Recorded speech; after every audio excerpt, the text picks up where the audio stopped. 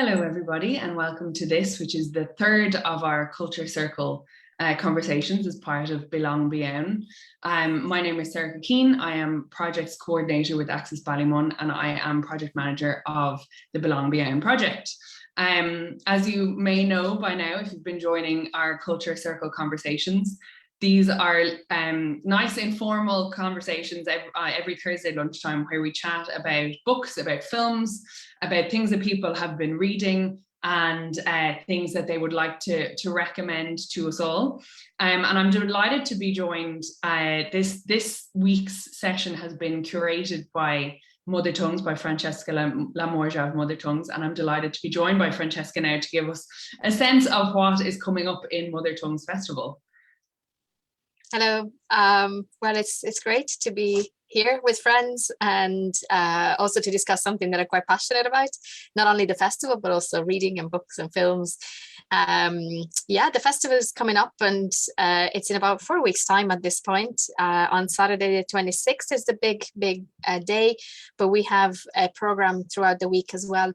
So we will be in Driocht, with workshops for children, and then on the Saturday the 26th we'll have our big event in Tala, Rua Red, the Civic Theatre, and there's so much that I couldn't even start by listing. We've given the program out to curators, so I will be very surprised because I think at this point I know only what people can read on the website. The curators are going to be taking over rooms and I suppose offering everyone an opportunity to try some dance moves, maybe try out some Yoruba language. Hopefully, then if you go into another room, you can try Chinese calligraphy. And then you go upstairs and there'll be Iranian theater. So there's plenty. There's a film program. And what's really important is that not only the festival is multilingual, but what we really want to see is people bringing their own languages. Mm-hmm. So we have a big map that we are compiling, and it's called the Map of Nostalgia. And we're inviting everybody to come in and share with us the memory of what they miss and where is this thing or this person or this object that they miss. And really, the festival is really very much about identity, about language, about who we are now that we live in Ireland, and what does Ireland look like. And, it's inspiring for children. It's also very good fun for adults. So it's a festival where, this year, because of COVID, we had to rethink a little bit how we were planning the moving of people more so than anything else. And I think we've made a sound decision to have a kind of a one ticket. And this ticket allows you to go into any room at any given time in the day, or at least we have a slot for the morning and a slot for the afternoon. So people can experience more. And also just decide, maybe I really love dancing and I want to stay there for 2 hours rather than having to drop out. So we'll see how it goes. It's an experiment, but we're really happy that it's going to be a live festival because there hasn't been many of those lately. So absolutely. And I really love that idea of the map of nostalgia because it is such a powerful experience. Nostalgia, and it's something that I think we've all experienced in some way, shape or form, and particularly over the past 2 years. There's been a lot of things missed and people who we've been missing and events and, significant life moments and all of those kind of things that feed into who we are and how we interact with the world. So I'm really excited that there is a live festival. And just, I suppose, for a plug for another part of the BeLong BeOwn project, you can also hear myself and Francesca talking about the Mother Tongues Festival in more scope as part of the podcast, that episode actually will be going out next Tuesday. So if you tune into the podcast, you can get them on Spotify, you can get them on all the usual podcast places, and you can find information on that on the Access Ballymun website. And you can hear a little bit more about Mother Tongues from Francesca there. But for now, if people are interested in going to a live festival in February, where can they find the information? The program is on mothertonguesfestival.com. Great. And it's also possible to call Driocht or call the Civic Theatre to book a ticket. So you can just go out, get it online, or just contact the box office. And brilliant. Yeah. Yeah, sounds really exciting. Thank you so much for that, Francesca. So we're joined by three artists, three people who have engaged with mother tongues or are due to engage with mother tongues in the past and in the future. Thank you all so much for being here. Jijo, I might come to you first. Hi, my name is Jijo Sebastian. I'm a collaborative filmmaker. I've been here. I'm originally from India, but was living in Ireland for the last 14 years. I have a list of films, and I have two books. I don't know whether I'll be able to finish, whether we will have enough time, but I will go through them briefly anyway. Fantastic. Now, thank you very much. Okay. I don't know, my list of films are really accessible or watchable to a regular audience. But anyway, these are the kind of films I've been watching, and the films I want to use this opportunity to promote some films as well from non-English languages. So some of them are old films. Some of them are not available anywhere other than maybe on YouTube, very bad prints, but still these films are worth watching in my opinion. Here we go. The first film is called Vidhayan. It's a Malayalam language film. It's my mother tongue. I am from South India. My state is called Kerala. And there is a very renowned filmmaker from Kerala called Adur Gopalakrishnan. Now, at least for the first three films, I am promoting the directors. Not, I will be talking about one film, but it's better to go into them. And there are a lot of films available which they made.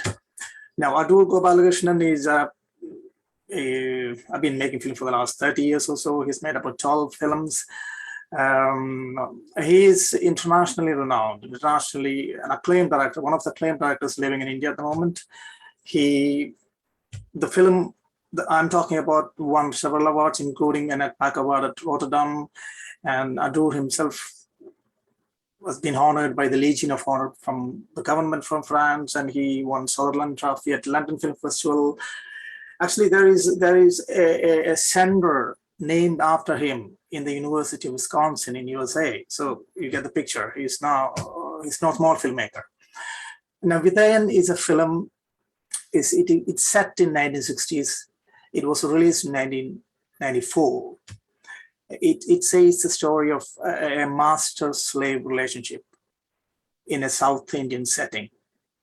This is something any viewer, now Adur, as you can infer from the honors he got, he's an art house filmmaker, but this film is very relatable, very watchable for any audience, and you will get the feeling of what is South India like in the 1960s. And it's a master-slave relationship, it's a universal relationship anybody can relate to. Now, my second film is called Frost. Now, Adur's films are available on YouTube, very good prints, full HD prints, restored, and this film as well is available on YouTube. The next one is Frost. It's a Lithuanian film by a filmmaker by name Šarūnas Bartas. It's available on Mubi at the moment. Now, again, a lot of his films are available on YouTube. The print quality is very bad, but still, if you really want to go into it. But now this filmmaker is not very accessible to regular viewers. Frost, the film available on Mubi, is okay. It's an internationally produced drama film. It says about a story about two young boyfriend and girlfriend driving a truck, a humanitarian aid truck, to the front line in Donbass in Ukraine. Now, I like this filmmaker because of his style. It's very slow, very earlier films has no dialogue at all, or very sparse dialogue, and very non-narrative. You get the picture. It's not easy watching. It's not interesting watching, but I love his visuals, his sense of imagery, and his pacing and style is something which I love. And another factor about this filmmaker is I watch his interviews and all. During his interviews, he says that he doesn't see much of a difference between fiction and documentary, which is something I follow as well. Most of the films I make are fictionalized documentaries, especially this film Frost. There is a scene in Frost towards the end where the driver or the protagonist is getting killed about 100 meters from the front line of the war. And that scene was shot 200 meters from the front line of the war in Raleigh. So it's almost a documentary-like. A lot of films are available on YouTube. But again, the films rely on mood, atmosphere, and very close-up of characters.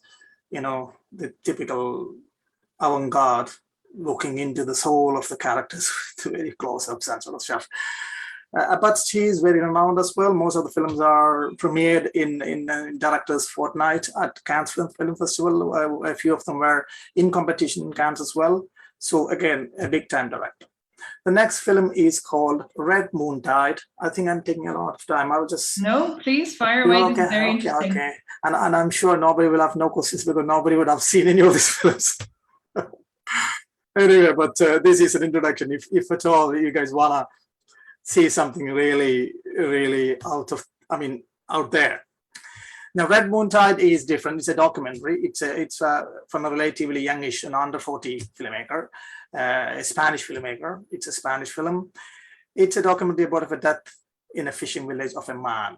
Now, I love this film because of the style. You know, it is very stylized. It's very metaphorical.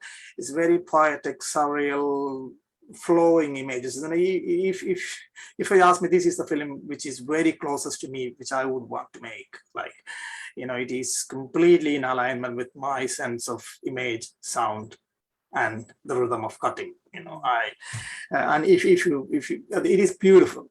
Well, to me, give it a try. Now I have some recommendations. Now these are all very watchable films. These recommendations. I will start with Good Favor by Rebecca Daly. Probably some of you might know Rebecca Daly. She is an Irish filmmaker. She made this film in Belgium. If any of you have seen another film which was made in Ireland by a Polish filmmaker called The Other Lamb. I don't know if you've seen that. And this is very much, the setting is the same. You know, it's a Christian cult living in a forest.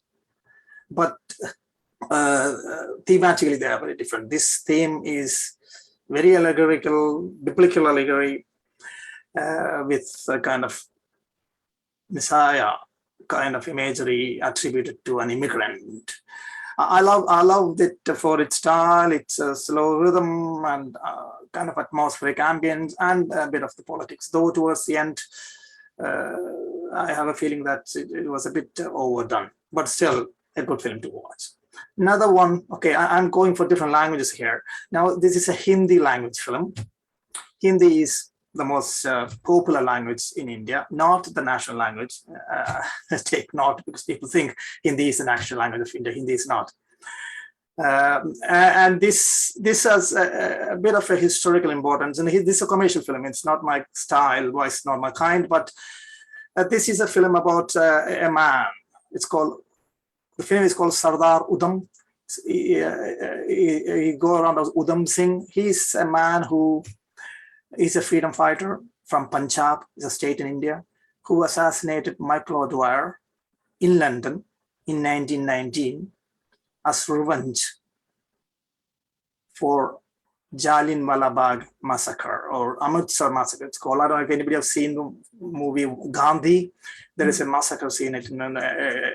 About 1,500 people were killed by about 50 troops shooting, even including women and children, directly shooting at them in an enclosure. You know, I mean, they couldn't escape anywhere. The only exit was where the troops were stationed, and they just shot until they ran out of ammunition.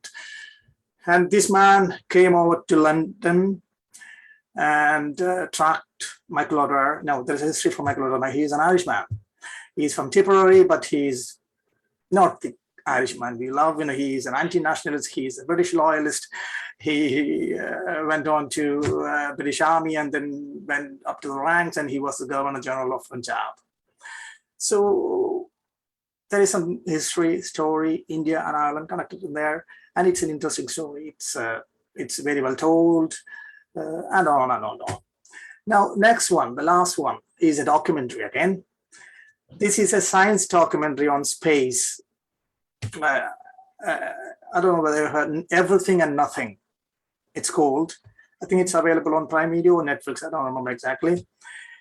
I liked it because it gave me some information which I didn't know, and especially because it really put my mind into a existential thought. I don't know, that plane, you know, it kind of makes you feel so insignificant and small in this vast universe. You know, if you really want to feel like that, go watch that documentary. I have two books here. This is a book I recommend.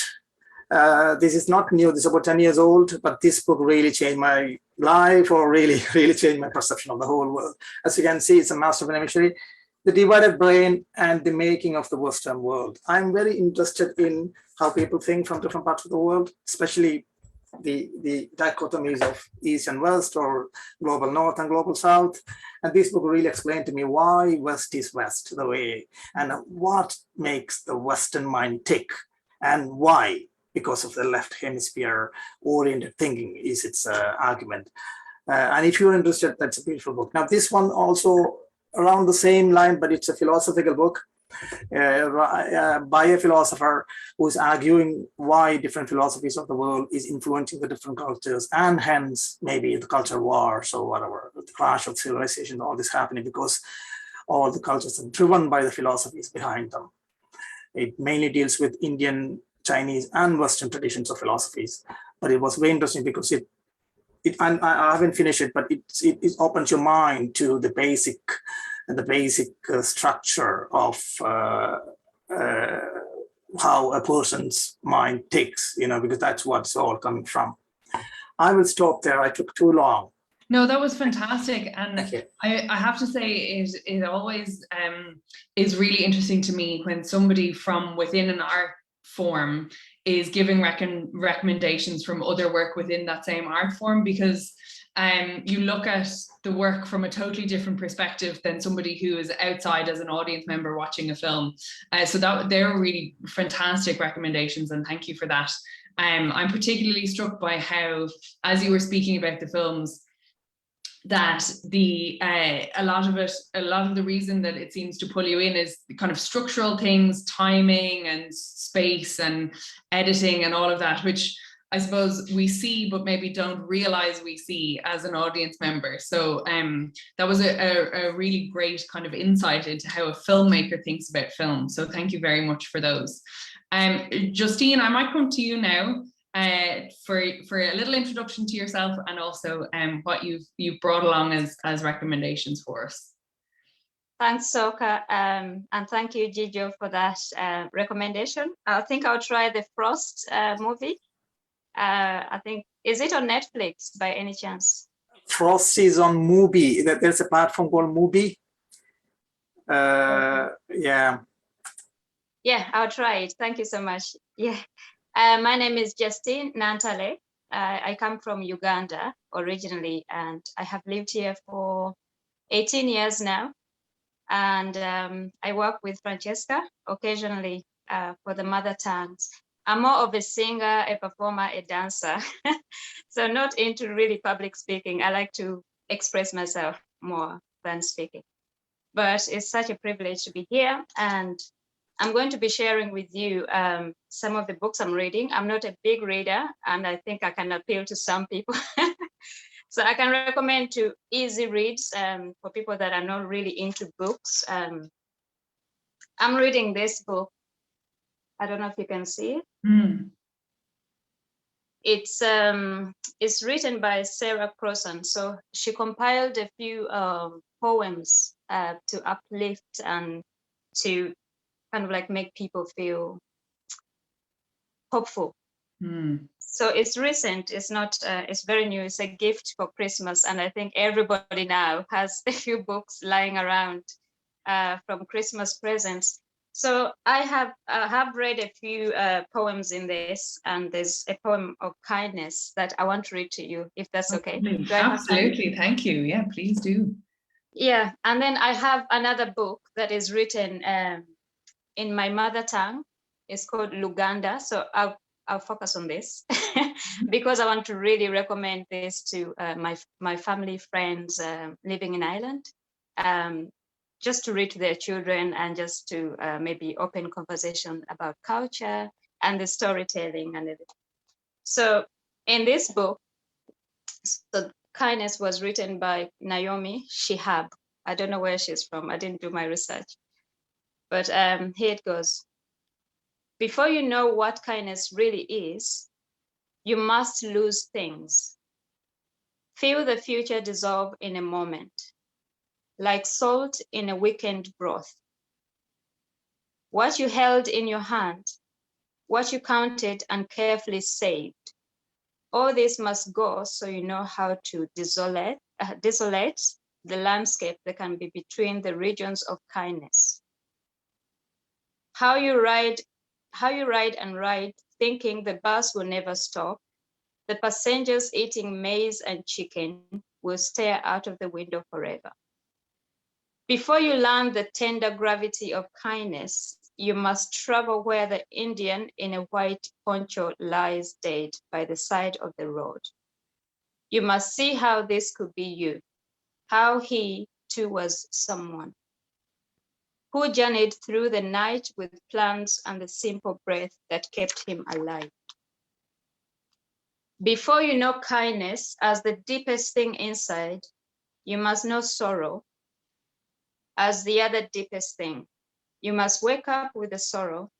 You must speak to it till your voice catches the thread of all sorrows, and you see the size of the cloth. Then it is only kindness that makes sense anymore. Only kindness that ties your shoes and sends you out in the day to gaze at bread. Only kindness that raises its head from crowd of the world to say, it is I you have been looking for, and then goes with you everywhere like a shadow or a friend.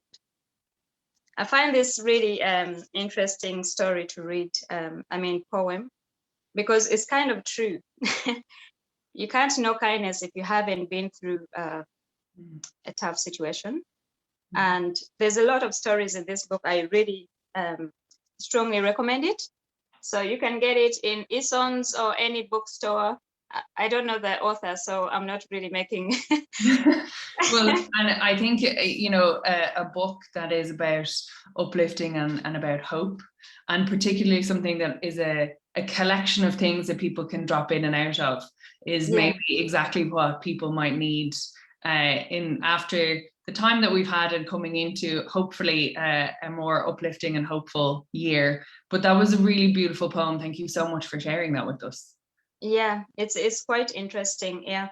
So I have a few that I haven't read, and I just read one at a time. I'm not a big reader. So this is really good for starters, for people who want to read, but they're not really interested. So, so this is the book. It's quite interesting. So I'll go into this book. It's called Zinunula Omunaku. So it's written in my mother tongue, but it's very rich. The language is rich. I thought I was fluent in my mother tongue, but I'm not. So there's this perception that, people speak African or people speak one language. It's like English. English is complex. Mm-hmm. Like you have to go to college to even study English and to do linguistic and all that. So it's same as Luganda. So I would recommend it, but I would also recommend you read, there's a dictionary at the back to just to explain some of the words that are used. There's a rich literature in my mother tongue, Luganda, and this book is about an orphan. So what I did, I went to get a summary of it because it's such an interesting book, and I wouldn't do it justice because I haven't finished reading it. I remember seeing a film before when I was younger about it. It was set a long time ago before colonization, and it just goes to show you the rich culture, the Ugandan rich culture. So I'm going to read you a story that a summary that I got from the Buganda website. So just briefly, Zinunula is an orphan. Okay, Zenunula's father dies before Zenunula is born, and his mother, about 2 years after he is born, he is raised by his grandparents. And this is a story that most African kids would relate to. So if there was a war or anything like that, most of the friends that I know, they would have the similar story. They would have grown up with their grandparents. So his paternal uncle, a wealthy man with several wives and servants, takes him to his home after the death of his grandparents against his wish. So usually in all families in Ireland or anywhere, really, there's always a rich uncle or a rich auntie, but usually a rich uncle with servants and all that. I haven't found my rich uncle yet. Yeah, I'm sure he's there. You have to look harder. Yeah. So where was I? So against his wish, he becomes the darling of one of the uncle's wives and her daughter, Komunaku, but other wives hate his guts. So the uncle has lots of wives, as it is, he's a rich uncle. The head wife plots to kill him and the servant, Mikolo, whom he had befriended. Komunaku tips them off and they decide to run away. They experience many wild adventures. So the wild adventures is what's most interesting in this book, because they get to play games. These are all traditional games. So it's explained in the books. They play the African chess. The other wild adventures were, fighting with animals, like lions and all these big fights. So yeah, so they experience many wild adventures on ensuing journeys. So they eventually settled in another land with new strange customs. So they go into another land that they have a different customs, same as when you come to Ireland, everything is different and you have to settle in there. So he also experiences more different customs. So killing lions and other fierce animals and taming and clipping the wings of bullies. So there's a lot of stories to this boys. Yeah, there's a love story as well. He falls in love with the king's daughter. I think that sounds familiar in the Western world. Yeah. So anyway, I would really recommend this to read it to your children if you're a Ugandan family. But also, I think there's translations for the book and films that we can watch. I can try to find them. Maybe next time I'll put them under the comments there. Great, that would be great. Thank you. Yeah, it's quite interesting. I need to go into it deeper to actually explain it, but so far I'm enjoying it, and that's all I have for you. That's brilliant, and I think so far I'm enjoying it. Honestly, it's probably the best recommendation you can give for a book. If it's something that is, whether it's something that is maybe taking you out of yourself and you can kind of escape to a different atmosphere as you read it, or whether it's something that brings you closer to yourself. If you're enjoying it, that in and of itself has huge power. Thank you so much for sharing those with us. And if you can find the links and want to put them in the comments, that would be great for people to follow up with. So last but by no means least, Tatiana, thank you for joining us. Thank you. Can you hear me? Yes. Yeah. Yeah. Cool. Thank you. Pleasure to be here. It's interesting that how everyone here kind of connects themselves with their somewhere that's not Ireland, using books or movies or films. So the power of literature, the power of arts to bring us home. Let's put it like that. So I also brought a book.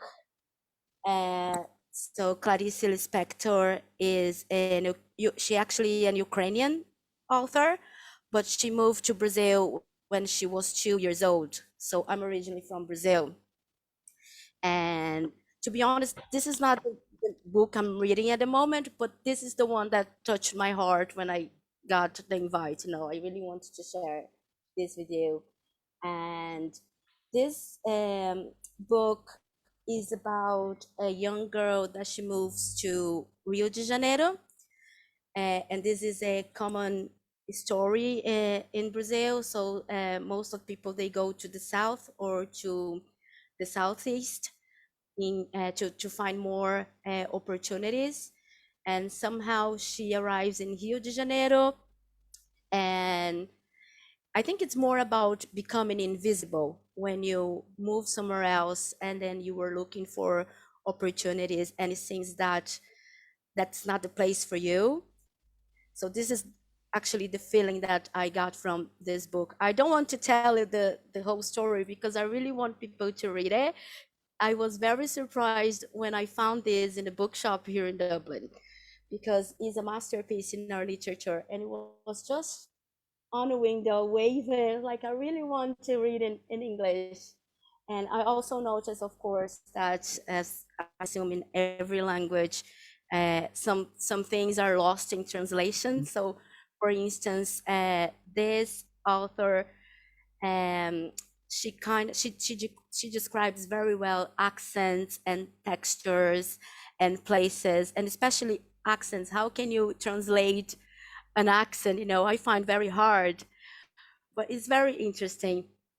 And there is some parts that I will put in like a comic relief, but when you think like how it could be comic if it was not tragic. So the kind of thought that I have in mind. So yes, so Hour of the Star. And okay, I'm very happy that Jijo brought loads of movies, recommendations, and documentaries, because I got stuck. And I think mainly because I watch pretty much everything, like from cartoons to reality shows and, like everything. But one thing that I watched recently, and I think that is stuck with me, that is still with me at the moment, is Don't Look Up. I don't know if you watch it. I Yes. haven't yet, but it's on my ever-growing list. Oh, it's always ever growing, isn't it? It's that DiCaprio movie, is it? Yes. Oh, okay. Yes.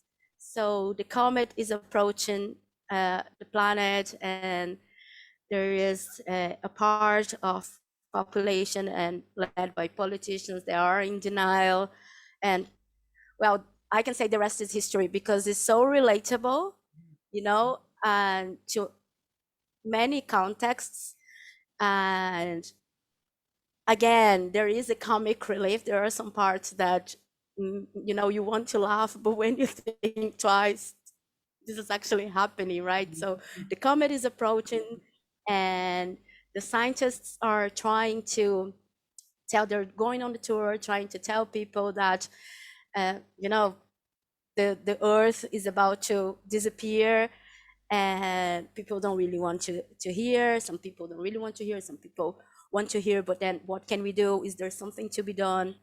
And I think we can apply that in so many contexts around the globe that I couldn't even mention. Yeah, so for those who haven't watched it yet, that's my recommendation. I think the past couple of years have really taught us, both with the COVID pandemic, but also with the environmental crisis, the climate crisis, that you see films like that, or like zombie movies or apocalypse movies, where there's always some people who are resolutely ignoring what's happening, or not believing, or not trusting, or whatever it happens to be. And it seemed previously to this somewhat unbelievable. Surely if there was a comet approaching Earth, we would all know and we would all believe and we'd trust the science. But I suppose it's that kind of idea of art imitating life, or life imitating art. The past while has taught us that not everybody will maybe believe in or trust the science, and everybody, there are as many opinions as there are people on the planet. So that is, while I haven't watched that film, I've certainly seen commentary on it, and what you're saying there chimes with that there's always something or somebody who's going to disagree, even though it might seem unbelievable. But I suppose that is the nature of living on Earth and in a vast society. Yeah, 100%. And also, I'm sorry, I didn't introduce myself properly, but I am a conflict resolution professional, and so I'm with mother tongues, and I'm also a dancer. And for me, I've been finding very hard to bring people to engage, you know. So in my context, and I do a lot of anti-racism work, you know, and I don't know if you all heard about a term called oh dearism, that people are watching the TVs and it's oh like oh dear, and then somebody up like oh dearism, that everybody's on the screen telling oh dear, oh dear, oh dear, but there's so little action. At the end of the movie, I just burst in tears. I'm like, oh my God, you know, this is happening. And that move from oh dear to action, and how we make that happen. I suppose in some ways that's where art, like you were saying, there's a power in art and in literature and in festivals and things to maybe move people from saying oh dear to connecting to their emotional self and pushing them to move through that to action. I think there's a lot of work to be done to engage in to move people from from oh dear to action. But it's definitely important work to be done. Thank you all very much for joining me and for joining us. We've lost Francesca, who's, as she said, four weeks out from a festival, so has plenty of work to be doing. But on behalf of ourselves in Access, the Dublin City Libraries, and I know from Mother Tongues, thank you very much for joining us. The Mother Tongues Festival, as Francesca said, the program is live. You can get it on the website. And the Access Ballymun Dublin City Libraries project, BeLong is still running. We have another week of content to go out. And I'm going to give us a slight plug for something that's happening this evening, which is the premiere of a short poetry film commissioned by Access as part of the Dublin City Libraries and Access Ballymun project, BeLong. And this is called The Story of a City. So Roxana Nicliam and filmmaker Cathal Machanvaha have created a really beautiful film. Roxana has written and performed it, and Cathal has recorded it, and it really celebrates libraries, it celebrates archives, and it celebrates Dublin City. So that will be going live today at 4 p.m. on the Access Ballymun YouTube. And we'd invite you all to look at that and to join us for that premiere. It will be staying up on YouTube, and you'll be able to find it there at the end of your workday if you can't take the 5 minutes. But we would recommend you, if you can make a cup of tea and sit down for a 5-minute break at 4 o'clock, it's a real treat. So thank you very much to Tatiana, to Justine, and to Jijo for joining us. And for all of those recommendations. The list is ever growing, but it's getting more varied and more vast and more interesting by the week. So thank you very much. And to all those watching and listening, we will be having another Culture Circle next week, next Thursday, same time, same place. So